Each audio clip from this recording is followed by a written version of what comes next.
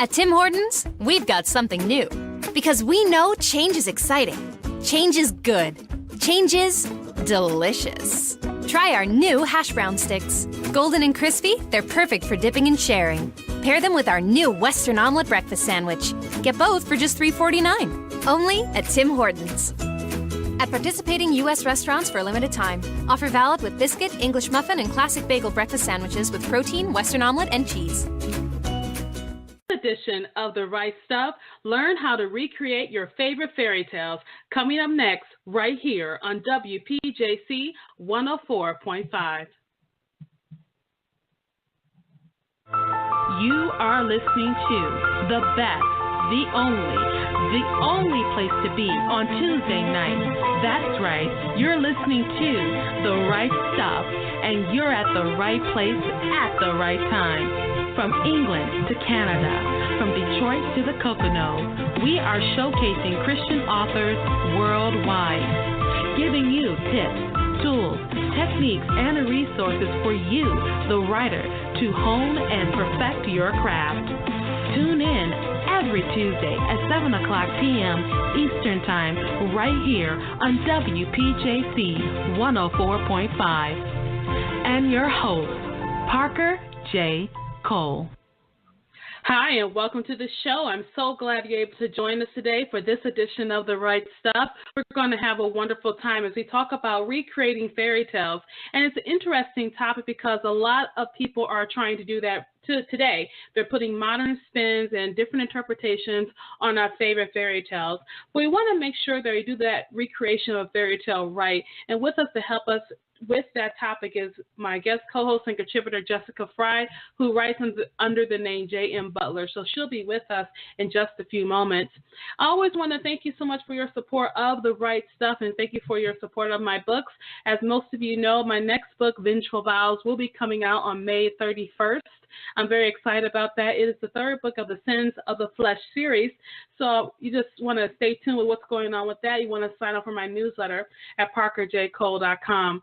If you want to weigh in on our topic, you certainly can. Simply call in at 646-668-8485 and then press 1 to be live on air. Or you can hit me on Twitter at ParkerJCole, #RightStuff, with your questions and comments. We're going to go ahead and take a quick short break, and we'll be right back after these messages. Don't go anywhere. More with Parker and her guests on the Right Stuff Radio Show. We'll be right back.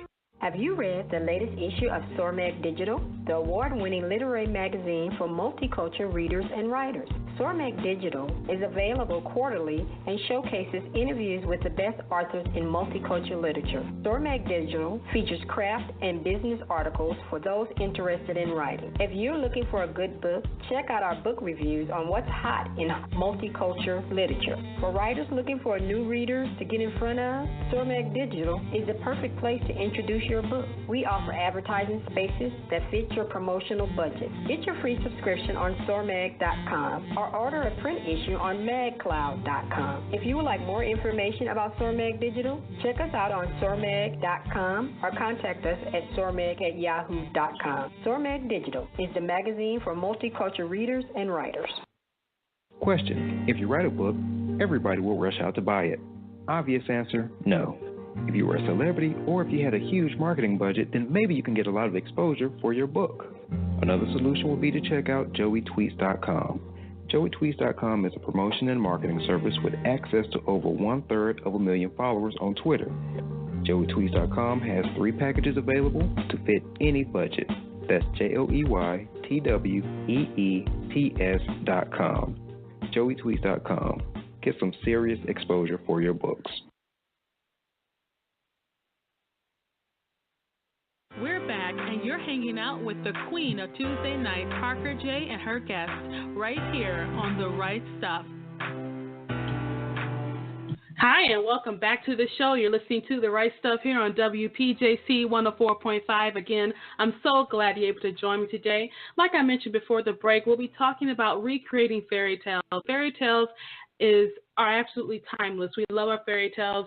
We can just say the character of one fairy tale, and instantly most of us know what that fairy tale is about. If I said Cinderella, you'd know what Cinderella was about. If I said Rapunzel, you'd know. If I said Anansi, you'd know. If I said different fairy tales all over the world from different ethnic groups and other places, you would know exactly what I was talking about when it comes to those fairy tales. And so when we as writers want to kind of put an updated view of a fairy tale that we like, we want to make sure that we can recreate the fairy tale while not losing the essence of that fairy tale, or if we're going to lose the essence of the fairy tale, give the reader something to rejoice about. I particularly don't like to have a retelling of a fairy tale and then it turns out very, very sad, because most fairy tales should at least end on a happy note, but sometimes it doesn't happen. And so with me to help discuss recreating fairy tales is a woman who likes fairy tales herself. She writes under the name of J.M. Butler, and she's a multicultural writer as well as a short story anthologist. And so with me to talk about that is our wonderful guest co-host and contributor today, Jessica Fry. Jessica, how are you doing today? I'm doing great. Thank you so much for having me. And thank you so much for taking time out of your schedule to be with us on the show as well. Like I said, I never take it lightly when we have our guests with us. So thank you for helping us to unpack this topic about recreating fairy tales, because like I said in the beginning of the broadcast, this is a common theme that's happening right now. So I'm really glad you're here to help us do that. So go ahead, let people know about yourself. Tell us who you are. Well, my name is Jessica. I use the name J.M. Butler for my fiction writing and Jessica Fry for nonfiction and legal writing. I'm an attorney as well as an author and a freelance writer, and I volunteer at my church's youth group whenever I have the time. So you say that you're a lawyer, and so what type of law, if you don't mind telling us about, what type of law do you practice? Oh, sure. Well, we have a general legal practice here which handles most of the matters that would come up for families, churches, businesses. You know, it's a small town, so a little bit of everything. And then I also practice intellectual property law, focusing primarily on copyright. Okay. That's good information to know, because I know a lot of authors wonder about that when it comes to copyright, because they want to make sure that we can keep the works that we have with us, because it is amazing when you find out, when an author finds out someone has plagiarized their work, and it's because the person did not do the correct procedures to have their stuff copyrighted. So I'm glad that you do that. I don't know if you offer that as a service, but maybe one of our author friends listening in may want to contact you. So we'll have your social media outlets a little bit later on in the show. Now, talking about fairy tales, like I said, we all love fairy tales. We like the essence of it. So in your own opinion, Jess, why do we like fairy tales? Oh, I think that's a wonderful question. I think that there's so many reasons, but really a lot of it comes down to the fact that fairy tales are so accessible. They're stories that often focus on choices or courses of events that lead to these significant changes in the character's life. Sometimes the stories are warnings, and sometimes they're encouragements, and almost always they deal with consequences, which is an interesting phenomenon that you don't see in a lot of other genres. Some are stories that have no consequences that you think would be in there. And the thing that works the best, I suspect, is the fact that extraordinary things happen to ordinary people. But, of course, the other reason we like fairy tales is, like you mentioned before, we grew up with them. So we love seeing how there's these new twists to the story, and whether it can have this new delicious flavor or twist or something to make it more compelling for now. I remember when I was younger, I used to always tell my siblings and my cousins stories. And having those fairy tales that we grew up with, they're very comforting, like a blanket that we can wrap ourselves in. And I love the fact that we can do it with fairy tales. Like you said, they're very accessible. And one of the things about fairy tales, as you mentioned in your response, was the fact that sometimes they often have warnings with them. And so one of the warnings could be, don't talk to strangers. And one of the reasons we want to talk to strangers is, look at Little Red Riding Hood. Look what happened to her. Right, depending on which version of the story you talk about, her grandmother got ate, her grandmother got swallowed, a huntsman came, either cut the wolf up or the wolf, I don't know, did something to it. So we use those fairy tales sometimes to give warnings. And that's what people did back in the day, was use fairy tales to tell stories and to tell those stories warnings. And so as we talk about recreating fairy tales, what are some of the trends that you see in this shift as we try to recreate old stories and put new skins on them? I think there's one of the biggest trends lately has been inverting the story. I've seen a lot where they try to take the evil character and portray the evil character as misunderstood or good or just not as evil, which we saw with the movie Maleficent. And then sometimes making the protagonist or the hero evil. There seems to be a general discomfort with having a purely good character. And then gender inversion is another really popular thing that's developing. Prince Charming might now be a princess and Cinderella a boy or something like that. And of course, as you were mentioning earlier, the trend to make them more realistic. Darker and grittier are two of the terms that I hear so much in anthology calls and story calls and all of that. And if you look even to comic book movies and heroes, you could argue that those are a very distinct part of that fairy tale type retelling, though they're more like a modern fusion of mythology and fairy tales than just fairy tales. Yes. And it's very interesting because you said no one kind of likes a good hero anymore. We don't want to have a good hero because I think we all recognize there's those flaws inside of us that exist.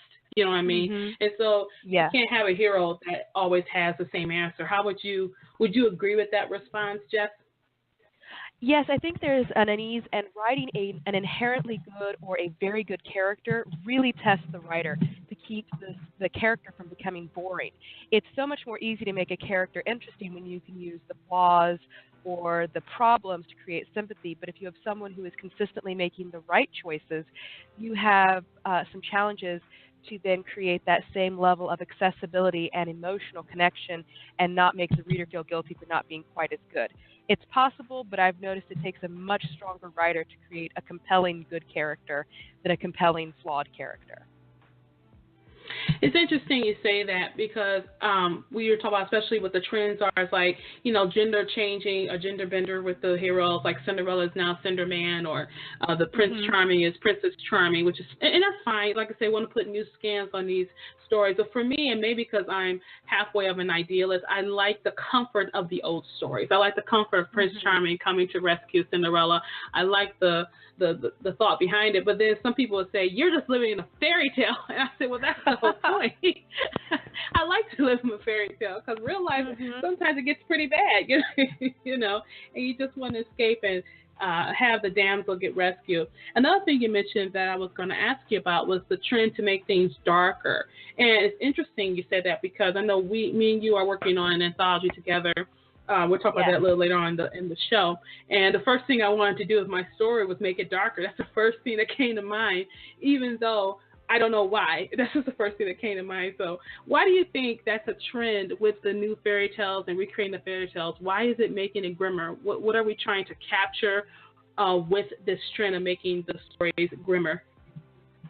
I think that what's underlying it is this desire to have a story that actually answers some of our issues and speaks to where we're at. And people sometimes assume that darker means deeper, when that isn't the case at all. You can have depth with a lighter or an uplifting story, and darkness is an element to a story, but it doesn't automatically create depth. So when I hear people saying that they want darker, grittier stories, what I think that they are actually trying to say is that they want stories that deal with the nuance and the issues, that it's not just necessarily easy. They want a story where you have to process it. Because then, ironically, if you give them something that's just pure darkness and grit, they often get depressed because who would? Like you said, there's that desire for that fairy tale ending and that happiness, but people still want to work for it. So it's trying to put those two in tension and find a good story in there and tell it well. I've mentioned this on the show before, but I mentioned about this one story that was a fairy tale. It had not been recreated or anything, but like the beginning of the fairy tale is just awful. And so the girl ends up losing her hands. I forgot what it's called right now, but the girl, some demon came to do whatever to her, and she had to cut her hands off so she wouldn't get cut off. The daddy cut off her hands, and I'm sitting there going, "This is awful. This is a fairy tale, you know." And so sometimes we don't have to make it darker because some of those stories are already dark in and of themselves. Yeah. And I think that's kind of the reality. Fairy tales do give us that sense of reality, that even though we may be living in a fairy tale in this story, there are still dark elements there. And sometimes in the recreation of a fairy tale, especially a beloved fairy tale like Cinderella, they want to make it darker and grittier. You know, Cinderella is for the lack of a better term, a psycho killer trying to find Prince Charming so she can kill him. And I don't know, but they try to make it darker, but they forget there are already dark elements there. If you think about Cinderella, which is well known, she lived in a really cruddy life. Her father died. Then her stepmother treated her like crud. Her stepsister's treated like crud. She didn't have a bed to sleep in. She slept near the ashes. I mean, this is pretty dark. I mean, we're so used to seeing it in a light because we already know the happily ever after of it. But we forget that to get to happily ever after, there's often a road there. And I think that's something authors should take into mind when they recreate this fairy tale, saying you don't necessarily have to make it grimmer, but you can make that road difficult. So I like how you mentioned that, and I just wanted to kind of put my own spin on that before I went right to break. We are talking to Jessica Fry, who writes as J.M. Butler. If you want to call in and weigh in, you certainly can by calling in at 646-668-8485 and then press 1 to be live on air. Or you can hit me on Twitter at Parker J. Cole, #WriteStuff, with your questions and comments. We're going to go ahead and take a quick short break, and when we come back, more with Recreating Fairy Tales. Don't go anywhere. More with Parker and her guest on the Right Stuff Radio Show. We'll be right back. Hi. Is your book club in need of some fresh and exciting questions to ask club members and authors at your next book club meeting? Literations, the book conversation game, is 70 thought-provoking questions to really get into an in-depth discussion about the books you and your club members are reading. These questions really get into the characters, the storyline, and into the author's head. These questions may just give you and your book club members a whole new way to get into a new conversation, a literation. Literations is also a great set of tools for bloggers, interviewers, and authors to use a discussion question. Are you ready to get lit? Please visit our website at litversations.com, LITERSATION.com. And please like our Facebook page at Simply Said Reading Accessories. Thank you. God gives humans the gift of making amazing stories to glorify Him. At speculativefaith.com, our ministry is to help fans explore fantasy, science fiction, supernatural stories, and beyond from an intentional and biblical Christian perspective. We share daily articles and have extensive archives tackling hot topics like end times beliefs, the art of writing, creative excellence in the Christian subcultures, discernment, sex, magic, Harry Potter, and space aliens and the Bible. If you are a parent or anyone else with a discriminating palate, our reviewers explore fantastical novels, movies, television, and games in light of God's beauty, goodness, and truth. Want to find Christian stories? The Spec Faith Library lists every fantastical novel we can find from a Christian author. It's all part of our mission to discern, engage, and enjoy fantastical human creativity in honor of our Creator, Jesus Christ. SpeculativeFaith.com, exploring fantastical stories for God's glory. We're back, and you're hanging out with the queen of Tuesday night, Parker J. and her guests, right here on The Right Stuff.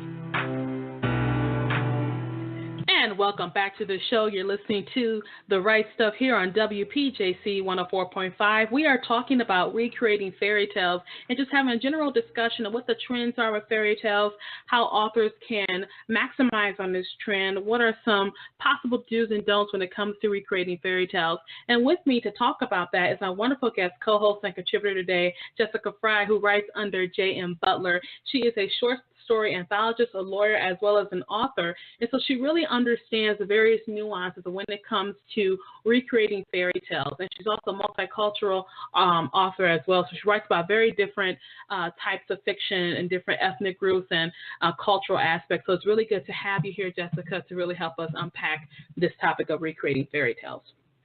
Oh, thank you. I wanted to get into a conversation because, a lot of people consider when it comes to fairy tales, I honestly think a lot of our depths and understandings about fairy tales come from the Bible, because the Bible, if you really think about it, it's not a fairy tale, but it's where all fairy tales come from, I should say, in the sense that there's a happy ending, coming. And so I kind of want to talk a little bit about how that comes in with our topic when it comes to writing fairy tales. So some people do assert that the Bible contains fairy tales. In your opinion, what do you think about that? Well, most of the time, whenever someone tells me that the Bible is all fairy tales, I find the best thing to do is to ask them what do they mean about that, because this is actually the first time I've ever heard it put in a positive light. Most of the time, when they tell me that the Bible is made of fairy tales, they're talking about it in a dismissive way and just trying to brush it aside. And so then you need to talk a little bit more about, okay, what do you see this as covering? What makes it a fairy tale in your mind? But I suppose that the other aspect of it, like what you're talking about, is how the fairy tales themselves, we see those common beliefs and the lessons or the dangers of day-to-day life, the impact of consequences, that those are all present in the Bible. Is that what you were talking about with that? Kind of, yeah. But go ahead and do however you're seeing it, however you see it. Okay. Well, most of the time, I would say no, the Bible itself, you could argue that it's possibly more mythic rather than a fairy tale, as fairy tales themselves, they're very cultural, and they will reflect common beliefs and lessons or dangers of the day, but they don't necessarily provide the foundation of a religion or a people. They are often oral and they're passed down, and what's really intriguing is that they change significantly. If you read the French version of Cinderella, and then you can go and find a Germanic version or a Russian version, and they don't all call them Cinderella, of course, you'll see certain similar elements, but even the focal points will change, and the lesson that you're to take from it will change based on which culture you read it from. It's interesting that you say that. I think you make a good point, because I've read different versions of Cinderella. Some of them are very grotesque. Oh my gosh, Yes. I forgot which one was it. I use Cinderella because that's just the main one that I can think of most of us can relate to. And I think in one of them, the sister cut off her toe in one, yes, and then the other sister cut off her heel. And then at the end of it, when they were going into the church, the one bird pecked out the one sister's eye, and then when they came out the church, the other pecked out the other eye. I'm like, oh gosh, who's standing there letting them do that? That's the first thing to come to mind. But I mean, don't you wave your hands, and but what do I know? But there's different versions of the story, and you are right, that does have a cultural aspect to it. And it brings me to my next question, because a lot of people say the Bible is just full of fairy tales, and I think to myself, no, but I like how you said it's more mythic than it is more fairy tale, because you kind of describe how that meant. And so how can as you talk about fairy tales, and as your show is about Christian and showcasing Christian authors, how can some Christian authors infuse some biblical precepts and principles into a fairy tale story if they want to do that? Well, I think one of the first things is to look at your worldview in the story, because that's where it's going to start. And you know what you want to say, and you understand where the story is coming from. A lot of the old fairy tales, particularly the Northern European ones that we've grown up with, the versions from Grimm and Andersen's fairy tales, they're very compatible with a biblical worldview. And the original Pinocchio story was, I believe, specifically inspired by the Bible, and more specifically Jonah, with the themes of disobedience, consequences, and the eventual consumption of him by a whale. But I would say, if you know what it is, fairy tales are always centered around one key point, and you need to know what that is. So you decide as a Christian, what is that precept that this is focusing on, and then you build it into a story. It doesn't have to be a sermon, and you don't want to turn it into a parable, as that's a different writing form altogether. But just start layering it in and work it into the story, work it into the very fabric of what makes this story tick. That's good advice there, too. I think you hit it on the nail there, because Pinocchio, the way we see it is the Disney version. They made him more gentle, more innocent, that he got into trouble just because of his ignorance. Whereas the original Pinocchio, he was just a bad boy. He was causing mischief and all those kind of things. So he got into trouble. And actually, at the end, Pinocchio died, I think. I think he died. I can't remember. Or he got caught up in something bad. And so I think so. Yeah. Maybe mixing up with the Little Mermaid. He dies and he gets his life back. Yes. He gets another chance. Thank you. And that's kind of similar to what you mean about Jonah, being disobedient, hard-headed, causing all kind of problems there. And so I'm glad you mentioned that, too, because a lot of people would say, well, the Bible is full of fairy tales. The Bible is a fairy tales and by people. And, I have to say blah, blah, blah, because I've heard it all before. So yeah. I've heard it so many times over the years. And I promise you, no one's saying anything different that I haven't heard 10, 12 years ago. And but that's just me. That's just me. But when it comes to that, I just want to talk about that because some people think the Bible is fairy tales, and it's not. And these are narratives of things that have happened. And so for those of you who listen to the show, I will be getting on that hopefully this summer about the Bible. So stay tuned to WPJC because we're going to be talking about all of that coming up this summer. So my next question when it comes to recreating fairy tales is that we got some authors in our audience and they say, you know what, I want to recreate a fairy tale. I have a good idea how to do that. In your experience, as you kind of evaluate these retelling of classic fairy tales, what are some mistakes authors make when they do it? One of the biggest mistakes that I see, actually there's two, but the biggest one is being too snarky and mocking the original story. It's so easy for us to look back at these stories and think that elements of them are old-fashioned and foolish, and what you need to do when you're approaching a fairy tale is understand the story and the culture it came out of. I'll use Cinderella as an example since we've been talking about that one. But if you go back to, like the French version, I think is the one that we best know, and you read it, you see that ours has been so diluted from our culture, we don't recognize the fact that Cinderella was not a weak or passive character. You know, we see her frequently ridiculed in modern culture as someone who just moped around or did nothing but be kind and do the chores and wait for someone to save her. But if you go back into that history and you read about it, you realize that Cinderella really only had the option of staying with her stepmother and doing what she said, because other than that, she would have to probably go into something like prostitution or she would be sold into slavery. She was essentially at the same level as an indentured servant with no place to go, no solution to pursue, and had to make the best of a very bad situation and so chose to respond with kindness. So when you understand where that comes from culturally, you realize there's really no need to be snarky about this and make fun of it, even though it's popular. And instead, if you get to that core, you're going to find some really incredible ways to develop the story. And then the other mistake that I see is forgetting that originality still has its place. Even when you're doing a retelling, you still have to know your characters. You still need to know the setting. You still have to have a voice when you are giving it. And you should not just assume, well, I don't have to worry about how they sound or a character arc or anything like that. And you need to understand what that framework is, but it should not restrict you. You still get to design the characters and make them your own and give them that individual path. So that was wordy. Sorry about that. Oh, no, at all. I think you make a good point because a lot of people use Cinderella, and I was thinking about it myself because, you know, she dealt with what she had to deal with. And I liked how the movie Ever After, how they kind of depicted her. They depicted her as more of a she was strong-willed. She was caught in a situation she couldn't get out of, so she had to make do with what she did. That's not necessarily weakness. That's just biding your time. That's basically what it is. You got to, you know, bide your time until an opportunity comes along. And then I like how they depicted her because she was strong and everything else. I think a lot of times with Disney, because Disney, you know, made the story very classic and stuff like that, and they made her gentle and kind, and there's nothing wrong with that either. There's nothing wrong with being gentle and kind. Nowadays, people see gentle and kindness as a weakness. It's actually a strength. That's my opinion.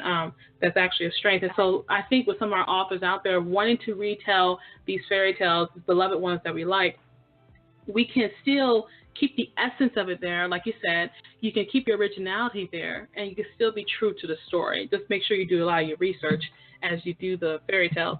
Another question I wanted to ask you is when it comes to authors, oh, sorry, you already answered that question. I'm sorry. So I want to go ahead and kind of go into your own works now. So tell us a little about your short stories and what you write about.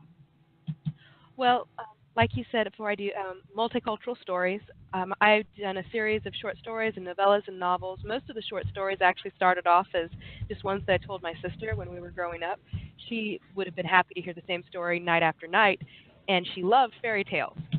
But I would get so aggravated because I got bored of telling her the same story, and so I started doing retellings that way. And so her two favorite were The Little Mermaid and Beauty and the Beast. And eventually, I wove together this story that I told her that we ended up calling The Mermaid Bride. And that was her favorite rendition of The Little Mermaid. So it was a couple years ago, I decided to write that up and published it. It's a little novella, and of course it's dedicated to her and some of my other friends who were involved in it. And it turned out to be a really fun exercise. I tend to be pretty long-winded, so writing novellas and short stories is a challenge for me. but I like keeping them interconnected. What's interesting, I think, with them, though, is that they do offer a good opportunity for my readers to determine whether they want to take a chance on me, because, it's easier to find time to read a short story than a fantasy epic. That's true. I was thinking when I wrote my short story, for those of you who've been following me, when I wrote my first story for the Realms of Our Own project, that story took a long time to write. It was only, I think, 15,000 words or something like that, because we couldn't go past a certain word length, and it took me forever. I could write 100,000 words easily, but trying to knock it down to 15,000 was very difficult for me, but I'm learning how to do that too. And so when it comes to your work and how people like them, how have readers responded to your short stories? Really well. I actually wasn't expecting that much of a response. I published Mermaid Bride mainly for my sister Sarah, but it's taken off. It's done really well, and what really surprised me is I actually won a Waddy for it in 2014. And the thing that's been really encouraging with it is in Mermaid Bride, one of the main themes that I focus on, it's from the perspective of the other woman in The Little Mermaid. And it deals with the impact of guilt and friendship and how far are you willing to go to help someone else who you don't owe. And I've had some really interesting conversations with readers about this. They've sent me letters, and it's up on Wattpad and a couple other sites for free as well, so I get a lot of notes from there. And the most surprising has been when they want to talk to me about my faith as a Christian, because the story is not explicitly Christian, but they've been able to recognize it, and they want to know what I believe and what impact that had on the story and so forth. So it's been really encouraging. I like how you use that, because The Little Mermaid is another sad story by Hans Christian Andersen. It's another sad story. And mine when has you read it, you go ending. like, yeah, I'm bad, because when I read the original, I said, this is sad as all get. You know what I mean? Yes. It's like, gosh.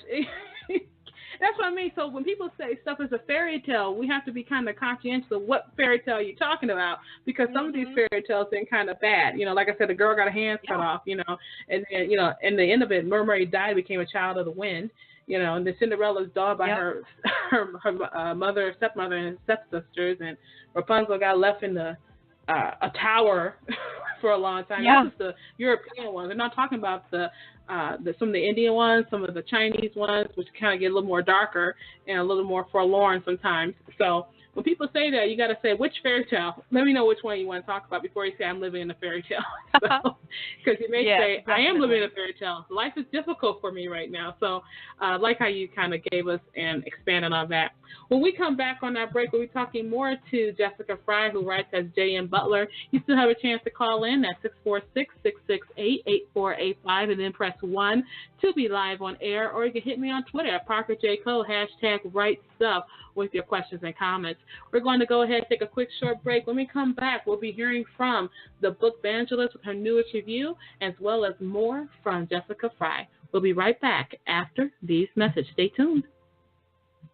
Don't go anywhere. More with Parker and her guests on the Right Stuff Radio Show. We'll be right back. Authors, are you looking for a new way to get your book in the hands of buyers? Then a virtual book tour is for you. Right now, virtual book tours is an excellent opportunity for you to introduce your book and who you are as an author. Launching your book is very important. A virtual book tour will connect you with readers. We at WNL, we specialize in book tours, book blasts, radio tours, cover reveals, and Facebook chat. Promoting and marketing your book is what we do. Online publicity, the exposure and the publicity is what you need. Let us help you reach new readers and a new audience. We take care of everything so you don't have to. We set up the tour for you. We connect you with bloggers to advertise your book by way of interviews, guest posts, and reviews. If you are an author of a newly published book, have an upcoming release, or just want to give a previously published book new life, a virtual book tour is your answer. Check our tours out at www.wnlbooktours.com. Visit me on Facebook. I am the owner, Paulette Harper. Engaging the culture's imagination through speculative fiction, the Untold Podcast produces audio fiction from a Christian worldview. Find us over at untoldpodcast.com, where we partner with authors to tell science fiction, fantasy, supernatural, and horror stories. Find links at untoldpodcast.com to subscribe via iTunes, Stitcher, and a variety of other platforms. Each month we produce high-quality audio fiction that's free to download and free to listen. Our submissions are open, and we're always looking to add another great story to over 24 hours of narrative entertainment. Find all of our audio fiction over at www.untoldpodcast.com. Hello, this is Deborah Dunson, your book evangelist, and today I will be reviewing A Chance at Love by T.K. Chopin. Wow, what an excellent story. I really enjoy reading A Chance at Love. As I have said before, it is stories like these that are silent missiles that deliver the gospel beautifully. I love the conversations that Kyle had with his grandmother, his parents, his sister, and Emily. It was through these conversations that we got to see the beautiful message of the gospel. The men's meeting with Mike was awesome, and I'm glad the author showcased this in the story. I am one to believe that men need groups like these. But one of the best things about this story was Kyle's willingness to go all out for God and not turn back. I believe that a Christian story should edify, encourage, draw you into a deeper relationship with the Lord. It should also make the unbeliever want to know Christ. Well, this story does all of that. It's silent but deadly. It will prick the unbeliever's heart to want a romance with Christ. It will cause the believer to go hard and strong in their relationship with Christ. A Chance at Love by T.K. Chopin. We're back, and you're hanging out with the queen of Tuesday night, Parker J. and her guests, right here on The Right Stuff. Welcome back to the show. You're listening to The Right Stuff here on WPJC 104.5. We are talking about recreating fairy tales with my wonderful guest, co-host, and contributor today, Jessica Fry, who writes as J.M. Butler. You can get her new book, The Mermaid Bride, available on Amazon.com. You can also read it on Wattpad as well. And Jessica, once again, thank you so much for joining us on the show to help us unpack the topic of recreating fairy tales. I know you've been giving us just wonderful advice about it, giving us your thoughts and opinions. Like you say, you're very well read, so you kind of understand what makes a good fairy tale, what makes a good retelling of a fairy tale, and what makes a good story. So I'm really glad you're here helping us to dissect the topic, because I think this is probably one of the newer trends going on, because a lot of people, they're noticing that it's like Hollywood and the rest of the world, they just keep regurgitating the same stories over and over again. I mean, look at Disney. They keep recreating the stories. You know, we've had Sleeping Beauty, which I loved originally. I love Maleficent as an evil woman. That was the whole point. And then they changed it to a misunderstood woman, which she did good. I'm not saying Angelina Jolie did bad in her role, you know, but I kind of liked her when she was evil. And I liked her being evil because it had a place, you know what I mean? So there was a place for good, there was a place for evil. Now it seems to be kind of muddied a little bit. They're trying to make it like, well, evil is just really misunderstood and good really isn't as good as you think it is. So what do you think? Do you think that maybe with these retellings, people are just trying to muddy up what is good and what is evil, trying to just blur the lines? What do you think? I think most of them are looking for a hook. Like taking Maleficent, for an example. That was an interesting concept, but it was so muddied and the motivation was lacking, and they did not understand what made Maleficent, or the evil fairy from the original fairy tale, work so well. And so they took modern preconceptions and they threw it in this, and they decided, let's give this a message that'll resonate with girl power, today's audience, and make it sound modern and relevant and be exciting.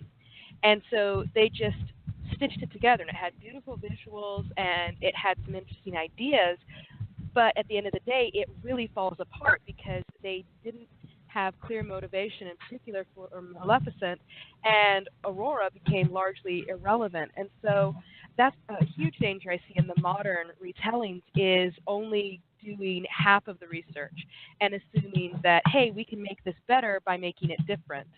I don't know that it's necessarily a desire to take evil and make it look better. It's more of, when I've listened to brainstorming sessions or people talking about how they can make it different, usually it comes down to, I need to find a way to show how different this is fast. And it's about making money, making an impact, and being, I guess, talk-worthy. And so when you add all those things together, you can run up with a really muddy mess that can look good but falls apart when you analyze it. And I'm probably one of the few people in the world who hated Frozen. I kind of hated it because first of all, they kept playing the song over and over again. Yes. I wanted to just drill a nail in my head and just end it, And then I understood, I liked the originality of sisterly love being very important. I love that because I have a twin sister and I love her to death, and I totally got that. Mm-hmm. So that part, I didn't mind that part. But after a while, you're like, okay, I get it. And then like the dude who turns evil, because I'm not spoiling the movie for anybody. To me, you're not missing anything. But the dude also, he just immediately turns evil. You're like, when did this happen? It's one of those kind of things. And right. There's little holes, like you said, that kind of mix there because they're just going for what makes money, what makes us different really quickly. And a lot of times right now there's a movement for women's empowerment, which I am totally for and not against that at all. Mm-hmm. And but I think sometimes we miss the essence of a story if we don't do, like you said, do our research well. And so you've had people react to your story and people have really liked it. So what are your next projects coming up? Well, first of all, just so you know, you're not the only one who didn't like Frozen. I thought it was very overrated, and I still can't get away from that song. The students and youth groups still sing it. I have a squirt gun now to deal with anyone who won't stop. As far as projects, I'm working on a lot right now, but the one that I am most excited about is an anthology called More Than Wishes, and this is the one that you're involved in. It's a compilation of short stories and novellas, and each one is going to focus on a separate fairy tale and retell the story in some way. The authors have all been given a lot of latitude in this because I want to see what each one comes up with. I know every author involved with this personally. There's a lot of different backgrounds here, and I believe in each of their stories and their ability as writers. So I'm really excited about this, and hopefully it's going to be out in time for the Labor Day book rush. And then I'll also be releasing a sequel to Mermaid Parnemo's Prize. Well, that sounds like you got a lot going on. I'm looking forward to the anthology. I remember you invited me to be part of it. The first we looked at the list of stories to choose from, I thought that was going to be pretty good. And so instantly I went dark, and I think it's because just the dark has always appealed to me as a writer, just like I love romance and I love the dark too. So I was like, how can I put them both together? So I'm really excited where that's going to go. And so you'll be seeing more about that later on in the show and just on my blog, those of you who follow me online. So to get ready to get to the end of our show, Jessica, I want to, again, thank you so much for being with us here. What are some of your final thoughts to talk about recreating fairy tales? This show is all about encouraging authors, especially Christian authors, to pick up the pen and write since they know that God has given the ability to write, and I want them to pick up the pen and write. So what are final thoughts as we get ready to close our show today? My final thoughts for the show would be essentially don't despise the small things as a writer. I often want to focus on these big things. I love fantasy epics. I have always been fascinated by them, and there was a time when I thought that short stories were really nothing more than appetizers unless someone was really extraordinarily talented, which I'm not. And fairy tales were, for a time, even though I loved them, something I thought that was going to have to be set aside for something more worthy. And to my surprise, though, these short stories have been doing very well, and little bit by little bit, I've actually been able to build a platform. And so for other authors, it may seem really small to you. It may not seem that important. It might seem not even that prestigious, but those little things, faithfulness in those small things will add up, and it will definitely make a difference. I can't think of a better note to end the show on, Jessica. Again, thank you so much for being with us today. Where can people find you online? Well, thank you so much. They can find me online at my website, www.jessicabfry.com, and you can also find me on Wattpad, also under Jessica B. Fry. Then I'm also on Twitter, and I believe that my handle for that is JM Butler. I've got two that I had to manage at one point. And then I'm on Facebook as well. And if any of you want to look me up, I'd love to hear from you. And thank you so much for giving me this opportunity, Parker. It's been an absolute pleasure. Well, I've been enjoying talking with you as well, and hope to have you back real soon when your schedule permits, okay? I'd love to. Thank you. And we were talking today to Jessica Fry. She writes under the name J.M. Butler. You can get her book, The You can get her book, The Mermaid Bride, which is available on Amazon.com. Go ahead, loving my sister today, get her book, and go ahead, make sure you leave a review. I know you're going to enjoy the story, and to stay tuned because there's more coming out from her as well. You can follow her online at her website, jessicabfry.com. Again, that's jessicabfry.com. You can follow her on Twitter at jessicabfry as well.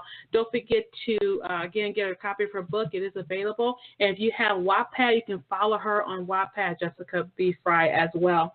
I want to thank you so much for being with us on the show today. Don't forget to join Deborah for Dovetails Sundays at 2:30 p.m. right here on WPJC 104.5. And then join me on Saturday for the Parker J. Cole Show, where I talk about empowering men enduring grief. We're going to have a great time with that show, so you definitely want to stay right here on WPJC 104.5. Thanks so much for joining me for this edition of The Right Stuff. I am the queen of Tuesday nights, Parker J. Cole, and you have a wonderful, blessed day.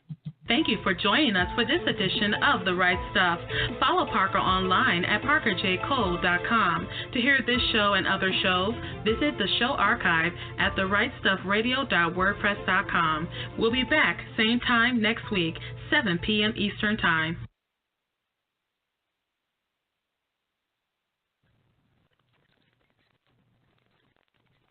Napa know-how. The Napa guy knows not to judge a man by his car's multicolored paint job or absence of modern gadgetry.